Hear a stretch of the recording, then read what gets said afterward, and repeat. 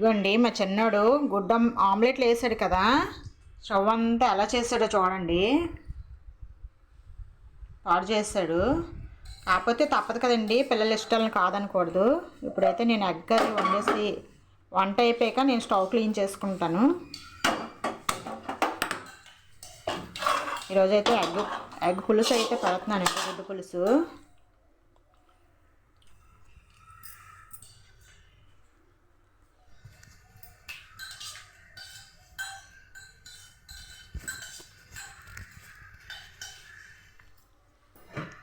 కళాయిలో ఆయిల్ పోసుకుంటున్నాను.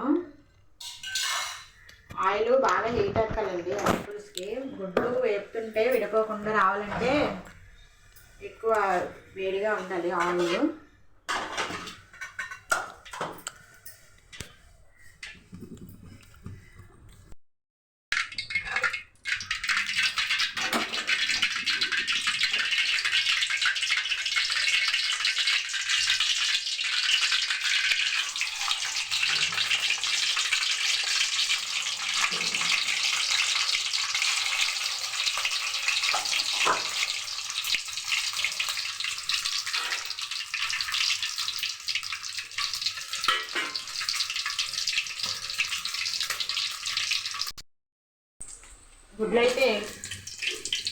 గుడ్లు అయితే అయిపోయండి.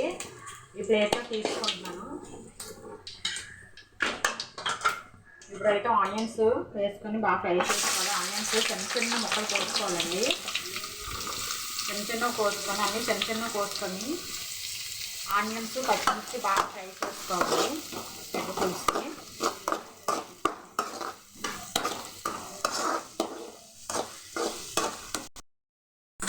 ఆనియన్స్ అయితే ఎర్రగా వేగిపోయండి పింక్ కలర్లోన. ఇప్పుడు టమాటీలు వేసుకోవాలి. టమాటీలు వేసి అది కలిపి బాగా వేసుకోవాలి. బాగా ముద్దలా వేసుకోవాలి.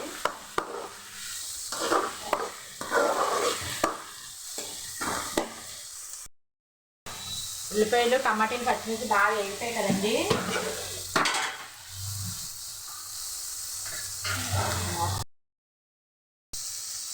ఇవ్వండి టమాటీలు ఉల్లిపాయలు పచ్చిమిర్చి అన్నీ బాగా వేగిపోయాయి కదా. ఇప్పుడు కొంచెం కారం వేసుకుందాము.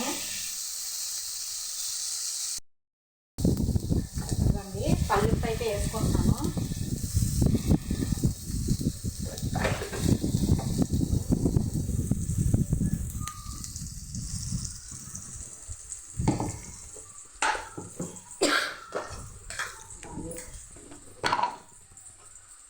ఇదండి కొంచెం మసాలా, గరం మసాలా, హాఫ్ స్పూన్ జీలకర్ర పొడి, హాఫ్ స్పూన్ ధనియాల పొడి వేసుకున్నాను.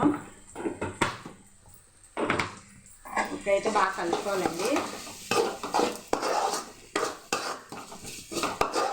బాగా కలిపిన తర్వాత మనం వేపుకొని ఉంచుకున్నాం కదండి, ఆ గుడ్లు వేసుకోవాలి.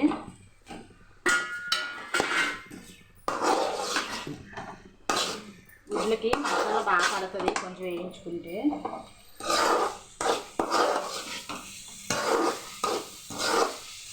అన్నీ వేసాక ఒక్క నిమిషం ఫ్రై చేసుకోవాలి మసాలా పట్టేలాగా. చూసారా, ఇలా అయినా తినేవచ్చు. పులుపు వేసుకుంటున్నామండి.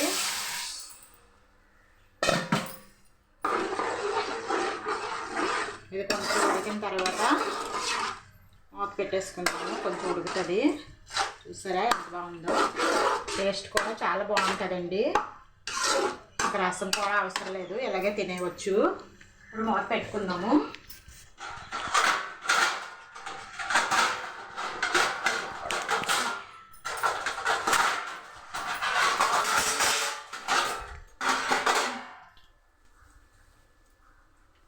ఇప్పుడైతే మూత పెట్టుకొని కొద్దిసేపు ఉడకనిద్దాము. ఈ లోపల రైస్ అయితే కడిగిసి పెట్టేసుకున్నానండి. రైస్ అయితే కడిగి పెట్టుకున్నానండి. నానుతున్నాయి. రైస్ వాటర్ అయితే మొక్కలకి వేద్దామని ఇలా ఉంచాను. మేడ మీదకి వెళ్ళి మొక్కలకి వేస్తాను. ఇదిగోండి పులుసు అయితే ఇలాగ మరిగిపోయింది. చూసారా, స్టవ్ అయితే పక్కకు పెట్టేస్తున్నాను. పక్క స్టవ్ మీదకి కర్రీ. ఇప్పుడు రైస్ పెట్టేసుకుంటాను స్టవ్ మీద. ఆ పక్క రైస్ ఉడుకుతుంది. వంట అయ్యేసరికి ఇగండి సింక్లో ఇన్ని గిన్నెలు వచ్చాయి. ఈ తోమేసి అన్నం వాచేస్తే వంట పని అయిపోద్దండి మధ్యాహ్నం లంచ్లోకి. అన్నం అయితే ఉడికిపోయింది, వార్చేసాను. అన్నం ఉడికే లోపల సింక్లో గిన్నెలు కూడా తోమేసానండి. అయ్యేసరికి వాషింగ్ మిషన్ కూడా ఎండకు వస్తుందండి. బట్టలు తీసి ఆరబెట్టేస్తాను, కొంచెం వచ్చంతా కడిగేస్తాను ఇప్పుడు. అయితే వాషింగ్ మిషన్ మా ఇంటికి వచ్చి 7 సంవత్సరాలు అయిందండి. 7 సంవత్సరాల్లో మొన్న ఒకసారి రిపేర్ వచ్చింది. ఆ అమ్మాయి చెప్పిందండి, ఐఎఫ్బి తీసుకున్నాం మేము బ్రాండు. ఆ అమ్మాయి చెప్పిందండి, బండకేసి బాధినట్టు ఉతుకుతుంది వదిన, చాలా బాగుంటుంది తీసుకోండి అని సజెషన్ చేసింది. నిజంగా అలాగే ఉతుకుతుందండి వాషింగ్ మిషన్, చాలా బాగుంది. అయితే ఒక్కసారి మాత్రం రిపేర్ వచ్చిందండి మన రీసెంట్గా. అది నా చిత్తిని పని వల్లే రీసెంట్గా రిపేర్ వస్తుంది. నేను యూట్యూబ్లో చూసి ఒకటి చేశాను దాన్ని, అందువల్ల రిపేర్ వస్తుంది. అదేం చేశాను అనేది మీకు తర్వాత చెప్తాను.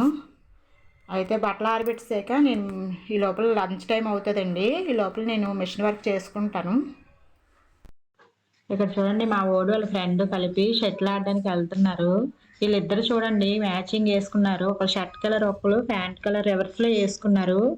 దీనికోసం బ్యాట్ కొనిపించుకోవడానికి వెళ్ళాడండి వాళ్ళ నాన్నతోని.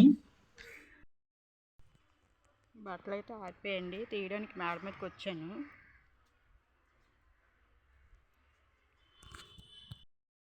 ఇవ్వండి బట్టలన్నీ మడత పెట్టాను, ఇవి కబోర్డ్లో సర్దేస్తాను ఇప్పుడు.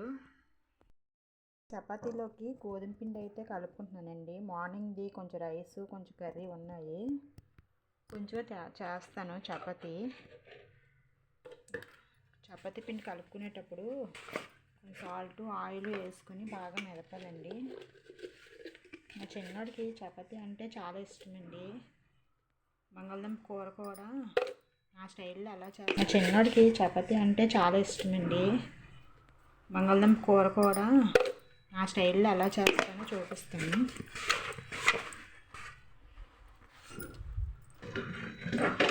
సాల్ట్ వేసుకున్నామండి, కొంచెం ఆయిల్ కూడా వేసుకోవాలి.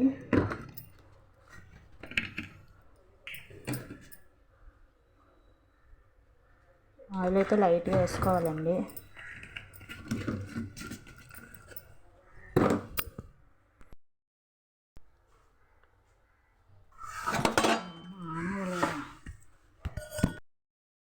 చపాతీ పిండి అయితే కలుపుకుంటానండి నైట్కి చపాతీ చేయడానికి.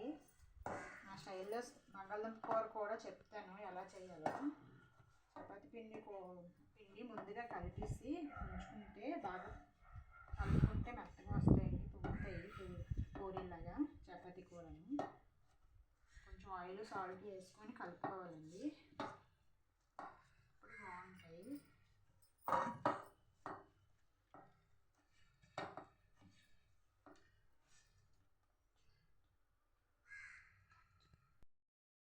కలిపేసాను. నేనైతే మూత పెట్టి నానబెట్టుకోవాలి. మనం చపాతీ చేసే ముందు పానేసుకుంటే సరిపోతుంది. ఇదిగోండి సింక్ నిండా గిన్నెలు అయితే ఉన్నాయి, తోమేసి ఎండబెట్టేసి డిన్నర్ అయితే ప్రిపేర్ చేస్తాను.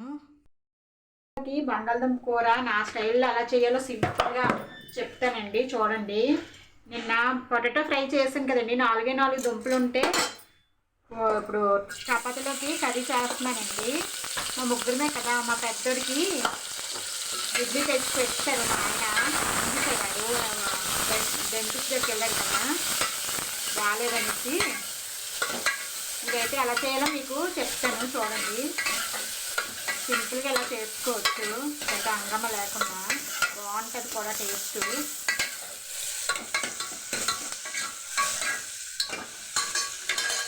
ఆనియన్స్ ఫ్రై అయిపోయాయి కదండి, ఇలా ఫ్రై అయితే చాలా ఎక్కువ ఫ్రై అవ్వట్లేదు. ఇప్పుడు పొటాటోస్ వేసుకొని కొంచెం ఇది కూడా ఫ్రై చేసుకొని ఇలా కలిపిస్తామండి. కొంచెం ఇది టమాటీలు కూడా వేసుకుంటే సరిపోతుంది.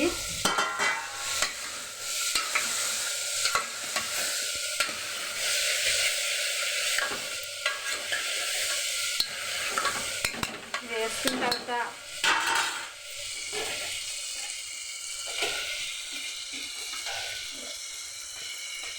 హాఫ్ అయితే అయిపోయింది, తీయాలి.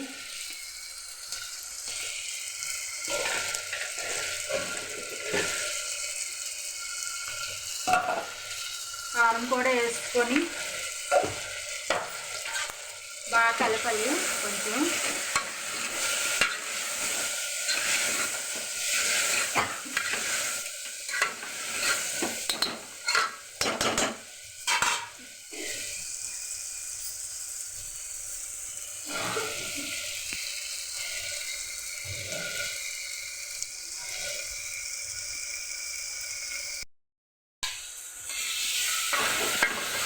బాగా కలిపించుకున్న తర్వాత కొంచెం మొక్కలు మునిగేలాగా వాటర్ వేసుకోవాలండి. వాటర్ వేసుకుని కుక్కర్ విజిల్ కుక్కర్ పెట్టేసుకుంటే 3 విజిల్స్ వచ్చాక కుక్కర్ ఆపేసుకోవాలండి.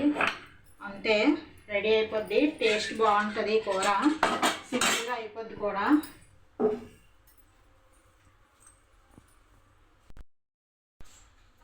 చపాతీ పిండి చేసేటప్పుడు మళ్ళీ ఒకసారి గట్టిగా ఇలా పిసుక్కోవాలండి, బాగా మెత్తగాను. ఇవి వంటలు చేసుకుంటాను ఇప్పుడు.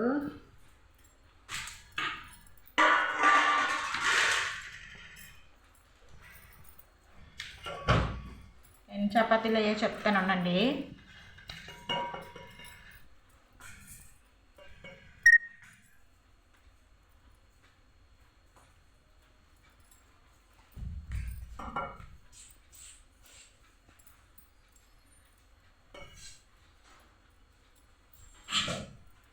మీ చపాతీలు అయితే అయ్యేయండి. మా ముగ్గురికి 3 9 వస్తాయి. కొంచెం అన్నం ఉంది కదా, దాని మీద సరిపోద్ది.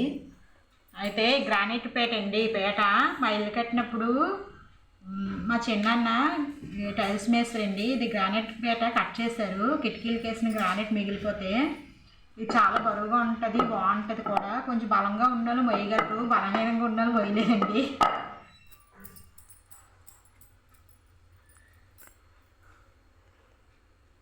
కూర్చొని ఇలా ప్రశాంతంగా పాముకుంటానండి నేనైతే. నిలబడి అయితే చేయలేను. మా వంటగది కూడా చిన్నది చాలా.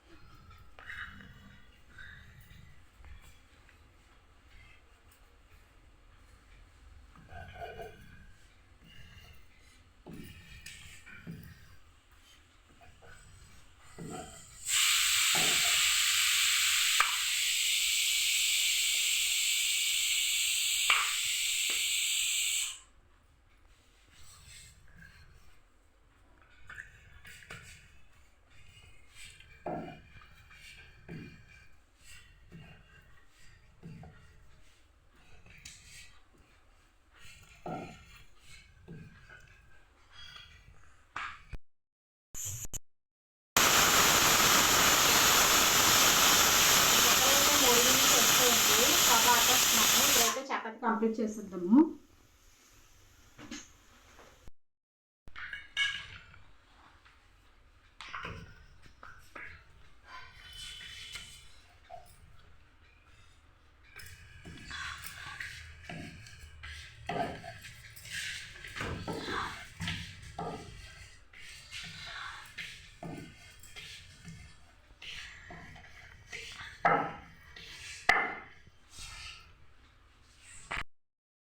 అయితే పానేసుకున్నాండి. ఇప్పుడు కాల్చేసుకుందాము. పెనం బాగా వేడెక్కింది.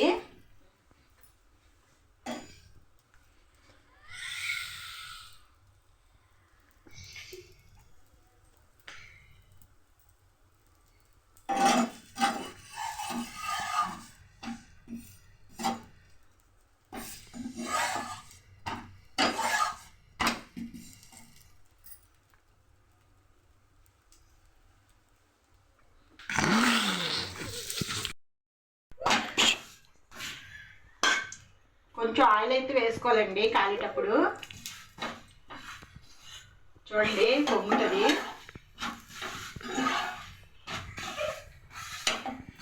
చూడండి ఎలా పొంగుతుందో బాగా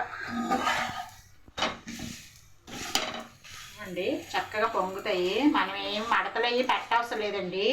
చక్కగా పొంగుతాయి. బాగా కలుపుకొని బాగా నానబెట్టుకుంటే ఎక్కువసేపు ఉంచుకోవాలండి. కలిపేసి పొంగుతాయి. చూడండి ఎలా పొంగుతాయి. మెత్తగా కూడా వస్తాయి. ఒక్క చుక్కని నూనె చుక్క వేస్తే చాలండి, ఎక్కువ వేయవసరం లేదు.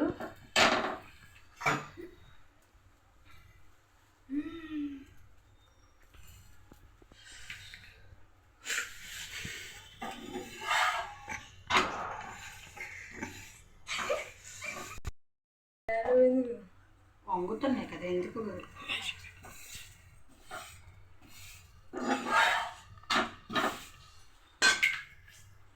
ఇదిగోండి ఇలా ఒక్క చుక్కని ఉంచుకు వేస్తే చాలండి, కొంచెం బాగా పొంగుతాయి.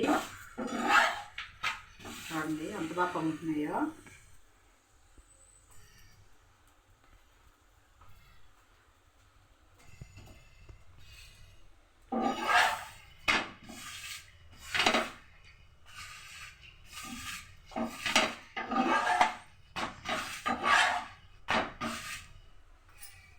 హై ఫ్లేమ్లో దగ్గరుండి ఇలా కాల్చుకోవాలండి చపాతీ అన్నీ అయ్యే వరకు. ఇప్పుడు బాగా కాలుతాయి.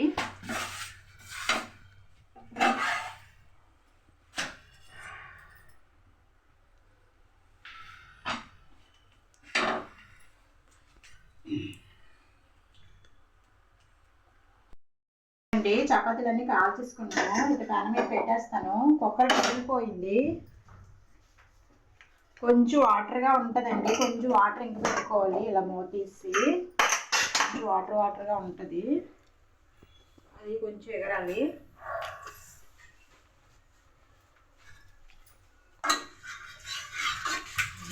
ఇలా ఉంటుంది. కొంచెం ఉంటుంది.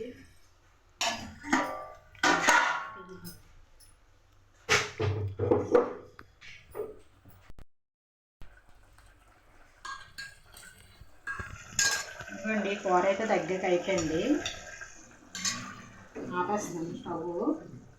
ఇదిగోండి నేనైతే తినేస్తున్నాను. నోరు ఊరేస్తుంది చపాతీ చూస్తే. చూడండి 2 వేలతో తుంచిలాగా ఎంత బాగా వచ్చాయో చపాతీ. ఇదిగోండి ఎంత బాగా వస్తాయో. చాలా వేడి ఉందండి, నోరు కాలుతుంది.